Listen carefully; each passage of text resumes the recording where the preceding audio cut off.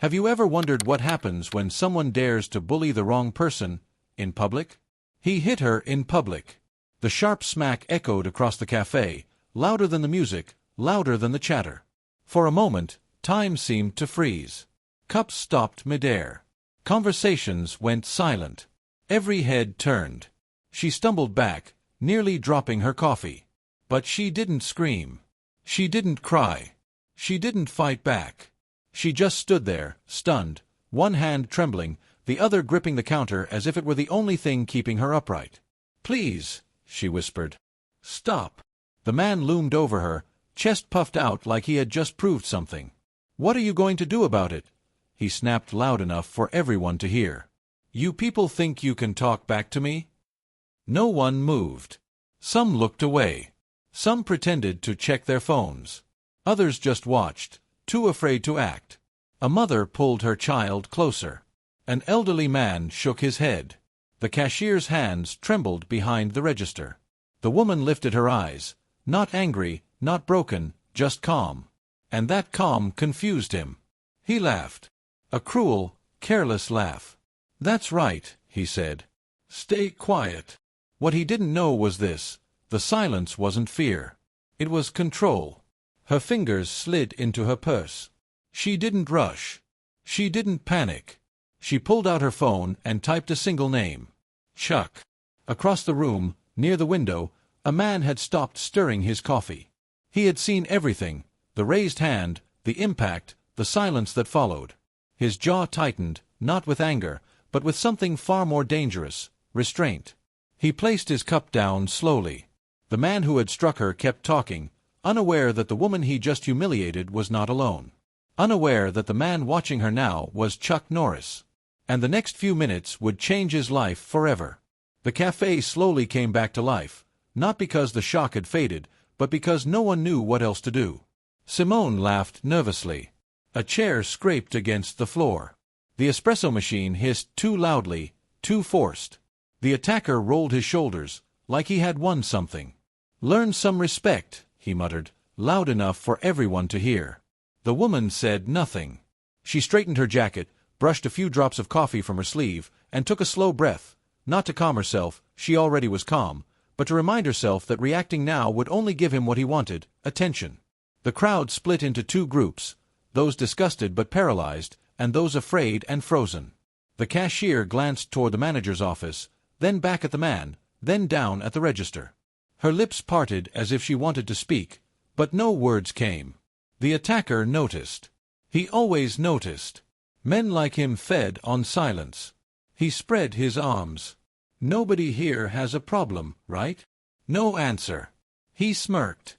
"That's what I thought." He stepped closer to the woman, not touching her this time, but invading her space. "You should be grateful I didn't do worse. Some people need to be taught." She met his eyes, calm, steady. That unsettled him more than anger ever could.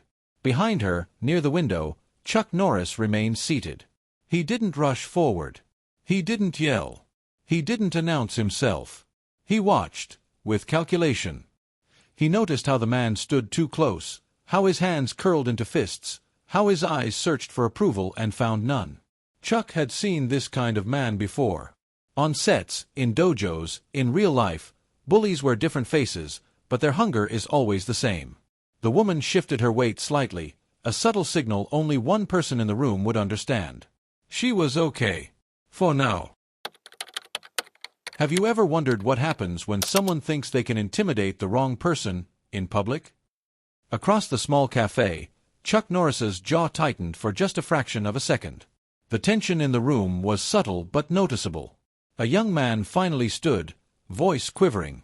"Hey, that wasn't okay." The attacker turned slowly, a smirk forming. "Oh, and who are you?" The young man swallowed. Not a single person came to back him up. Not one. The attacker took a deliberate step forward. "Sit down before you get hurt." The young man hesitated, then sat back down. The message was clear: the cafe belonged to fear. A woman exhaled softly and reached into her purse. This time, her fingers were steady and precise as she pulled out her phone. She didn't call the police. She didn't call security. She typed one word and hit send. Across the room, Chuck Norris stood. The chair scraped softly against the floor. He adjusted his jacket. No hurry, no theatrics, just a controlled presence. The attacker didn't notice him yet. He was too busy enjoying the silence. This is how things work. People like me talk. People like you listen. Chuck Norris took a step forward, then another. Each step calm, measured, undeniable. The atmosphere in the room shifted, not fear, but pressure. The woman sensed it immediately and relaxed slightly. The attacker continued talking, completely unaware that the balance had changed. Chuck Norris stopped a few steps behind the man. Close enough to be felt, but not threatening, yet. The woman instinctively stepped aside, giving him space. She didn't need to look at him. She already trusted he was in control. People like you think the world owes you something. Truth is, nobody cares. Chuck Norris spoke, calm, firm, unwavering. Step away from her. The words cut through the room. The attacker froze, not because he was scared, but because he wasn't used to being challenged like that. He turned slowly, eyes narrowing. What did you say? Chuck Norris's eyes were steady, hands visible, posture relaxed. I said, step away from my wife. The room felt it. The single word, wife, carried authority. The attacker laughed loudly, attempting to reclaim control. Your wife. You serious, old man? Chuck didn't flinch. No expression changed.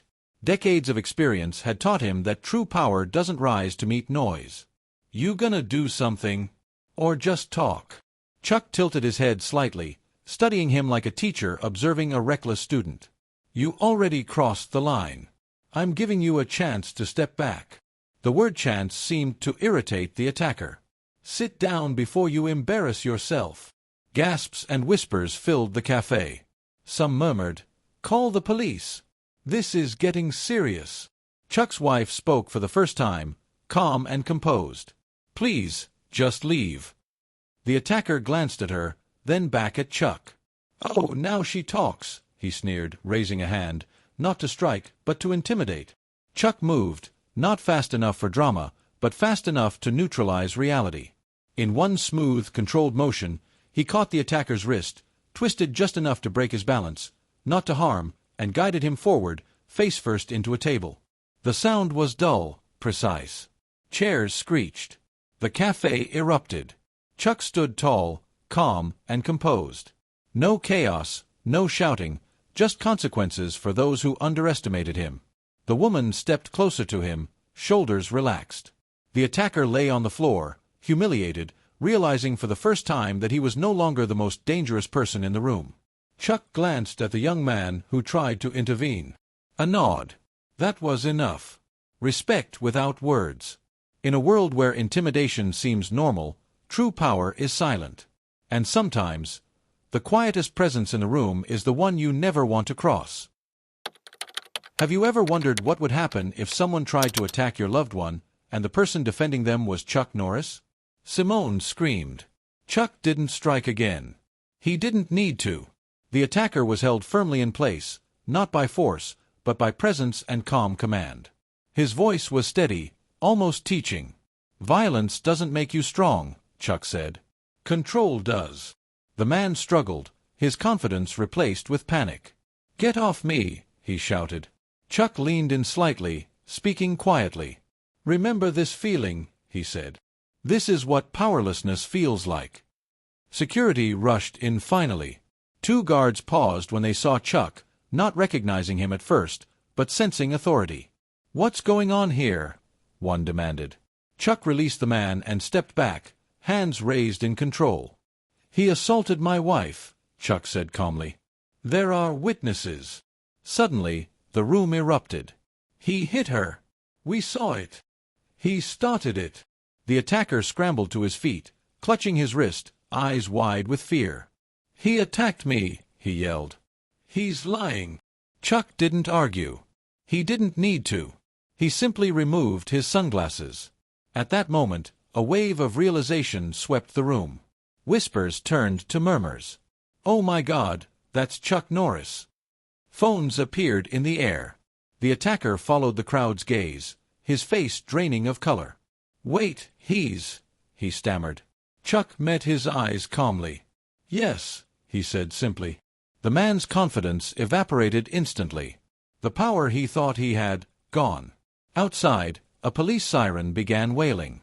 Chuck turned to his wife, placing a steady hand on her shoulder. "You okay?" he asked. She nodded. "I am now." The attacker trembled, not from pain, but from understanding. For the first time, he realized he had chosen the wrong target at the wrong moment, and there was no escaping the consequences. Within minutes, police arrived. Red and blue lights flashed across the cafe windows, slicing through the calm afternoon. 2 officers entered, hands near their belts, eyes scanning the chaotic scene. Voices overlapped as witnesses spoke at once. "He hit her. We saw everything. He slapped her for no reason." Amidst the chaos, Chuck stood calmly beside his wife, one arm lightly behind her back. He didn't explain, he didn't argue. He let the truth speak for itself. The attacker attempted to regain control. "He attacked me," he shouted. "I was just defending myself." One officer raised a hand. "Sir, relax." The other officer turned to Chuck's wife. "Ma'am, are you hurt?" She gently touched her cheek and shook her head. "No, but he struck me in front of everyone." The officer looked around. Witnesses.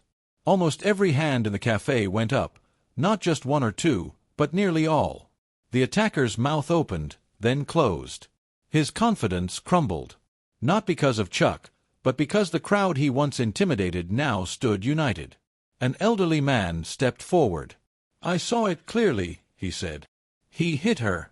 Nobody provoked him." A young woman added.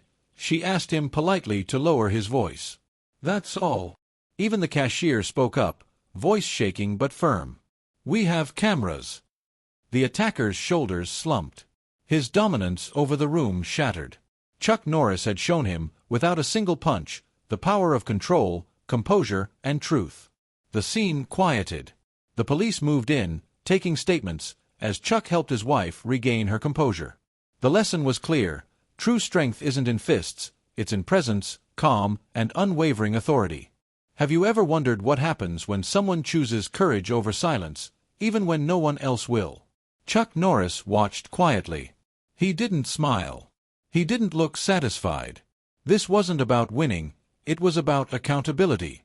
One officer stepped forward and asked, "Sir, can you explain what happened after the incident?" Chuck spoke calmly, carefully choosing his words. "I asked him to step away from my wife," he said. "He refused. When he raised his hand again, I restrained him. That's all." The officer studied him, not with suspicion, but with curiosity. "You're trained?" he asked. Chuck nodded once. "Yes." "No bragging, no titles." The officer nodded back, understanding more than was said. Suddenly, the attacker snapped again. "You can't just believe them," he shouted. "Do you know who I am?" No one answered. But this silence felt different now. It wasn't fear, it was judgment. The officer sighed. "Sir, please turn around." Handcuffs clicked shut. The sound echoed louder than the slap ever had. The cafe went quiet again, but this time it felt clean. As the attacker was led toward the door, he looked desperately for support. There was none. At the doorway, he turned back once, eyes locking on Chuck. Not angry. Not defiant. Afraid. Chuck met his gaze. Not with hatred, but with something worse, indifference.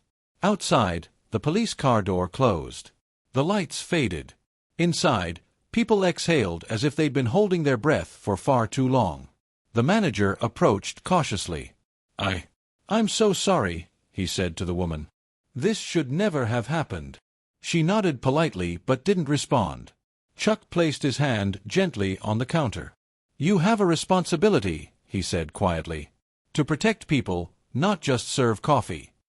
The manager swallowed and nodded. "You're right." A woman from the crowd stepped forward, eyes full of regret. "I should have spoken up sooner," she said softly. Others nodded in agreement. Chuck's wife looked around the room.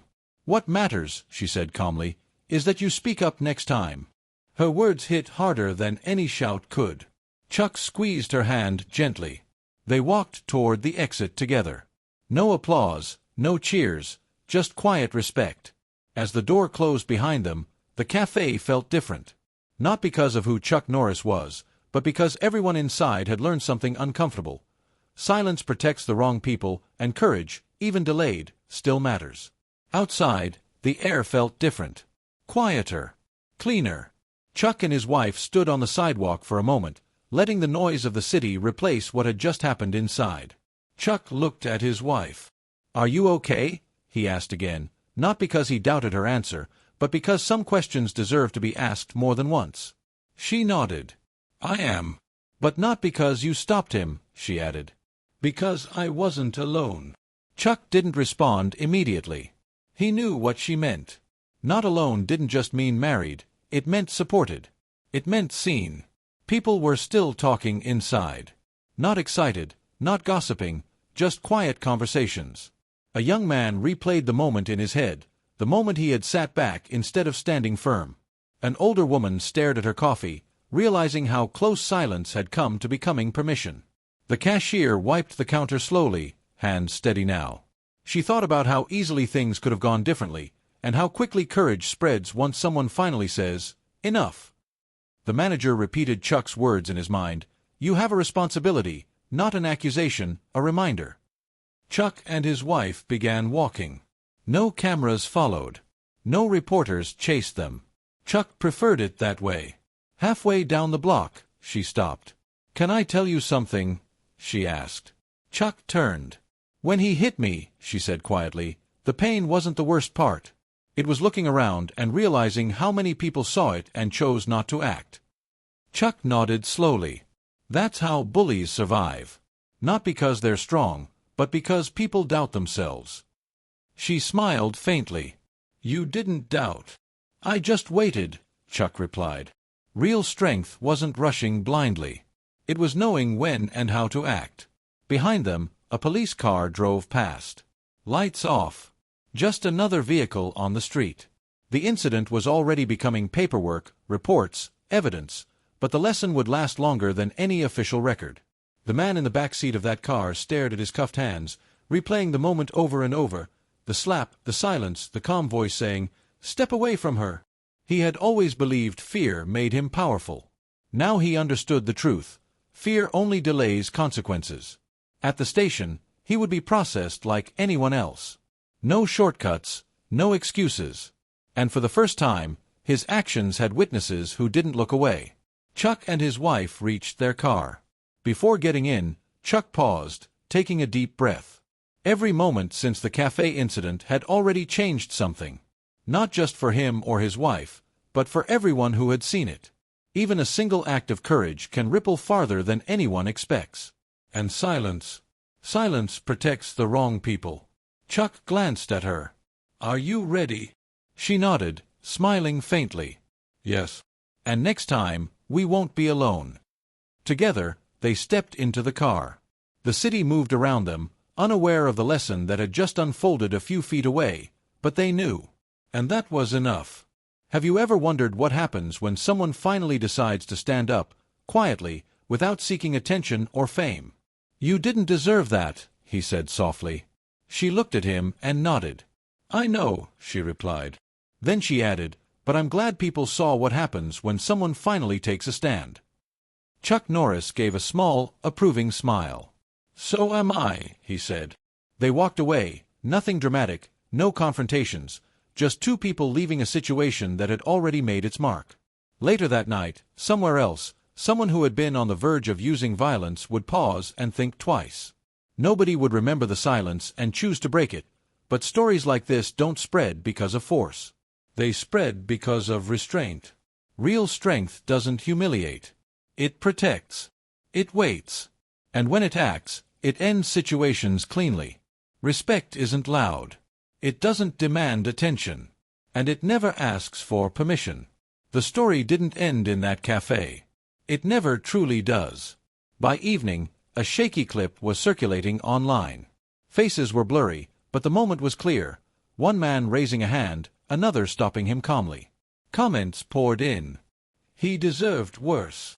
Why didn't anyone help sooner? That's Chuck Norris.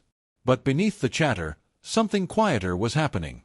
People weren't talking about fame or celebrity. They were talking about courage. At the police station, the attacker sat alone in a holding room, staring at the wall. The anger that had driven him had nowhere to go. No crowd to intimidate, no silence to exploit, only himself. An officer walked by and said plainly, "You'll be charged. Public assault, multiple witnesses." For the first time, the man nodded without argument. He understood that intimidation only works where people look away. This time, they hadn't. Back home, Chuck and his wife sat quietly at the kitchen table, tea in hand. No phones, no television. The day's weight settling around them. "You know," she said softly, "people think moments like that are loud." Chuck looked at her. "But they're not," she continued. "They're quiet. And that's what makes them so powerful." Chuck nodded. Silence can protect good people, or it can protect the wrong ones. The difference is choice. She smiled. "You chose well." Chuck didn't respond. He wasn't one for praise. Messages came in that night, from old friends, students, people he hadn't heard from in years. Different words, same meaning. "Thank you for showing restraint. Thank you for stepping in. Thank you for reminding us what true strength looks like." Chuck read them quietly. He didn't reply. The lesson wasn't his alone. The next morning, the cafe opened again. Same tables, same counter, but something had changed. A small sign appeared near the register. "Zero tolerance for abuse. We protect our customers." The cashier noticed first. Nervous but proud. A regular customer nodded approvingly. Courage, once seen, is hard to unsee. Elsewhere, a young man who had tried to speak up replayed the moment in his mind. He hadn't been brave enough to finish the stand, but he had started it. Next time, he promised himself, he wouldn't sit back down. Across the city, a woman watched the clip late at night. She paused at the moment Chuck stepped forward, not because of fame, but because of calm.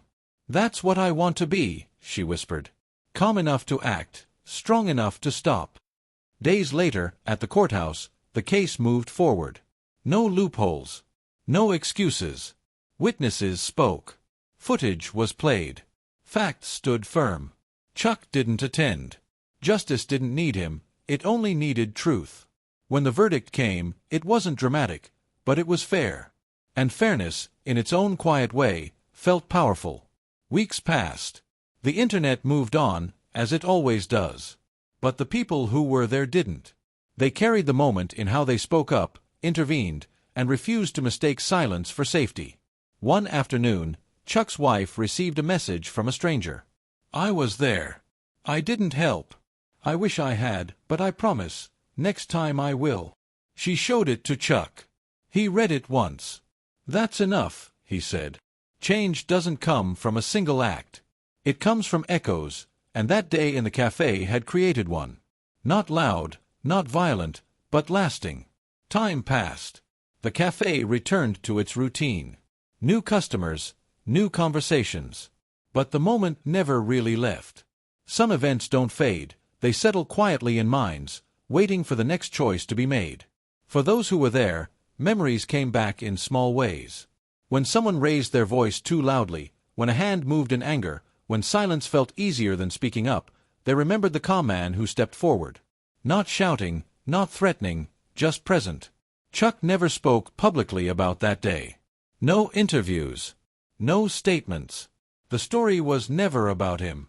It was about a line, and what happens when someone refuses to let it be crossed. For his wife, the day became clarity. Strength doesn't always protect you before harm. Sometimes it protects you afterward, by reminding you that you mattered, that you were worth defending. And for those who watched and did nothing, guilt lingered, but so did the lesson. Silence is a choice. Not acting is still choosing. Once you see it, you cannot unsee it. Some changed. Next time, they spoke sooner. Stood closer. Didn't wait for permission. Others didn't, but even they felt the weight of knowing they could have done more. Awareness alone reshaped them. Somewhere else, on another ordinary day, a man raised his voice at a stranger. The room tensed. This time, someone stood up. Not famous. Not trained. Just unwilling to look away. And that's how real change spreads, not in headlines, but in moments. Chuck once whispered to his wife, "Violence wants an audience. Dignity doesn't." That sentence stayed with her. The man who caused harm sought eyes, fear, control. What defeated him wasn't force. It was exposure, witnesses, calm, consequences. Stories like this matter, not for the confrontation, not for the slap, not for the name.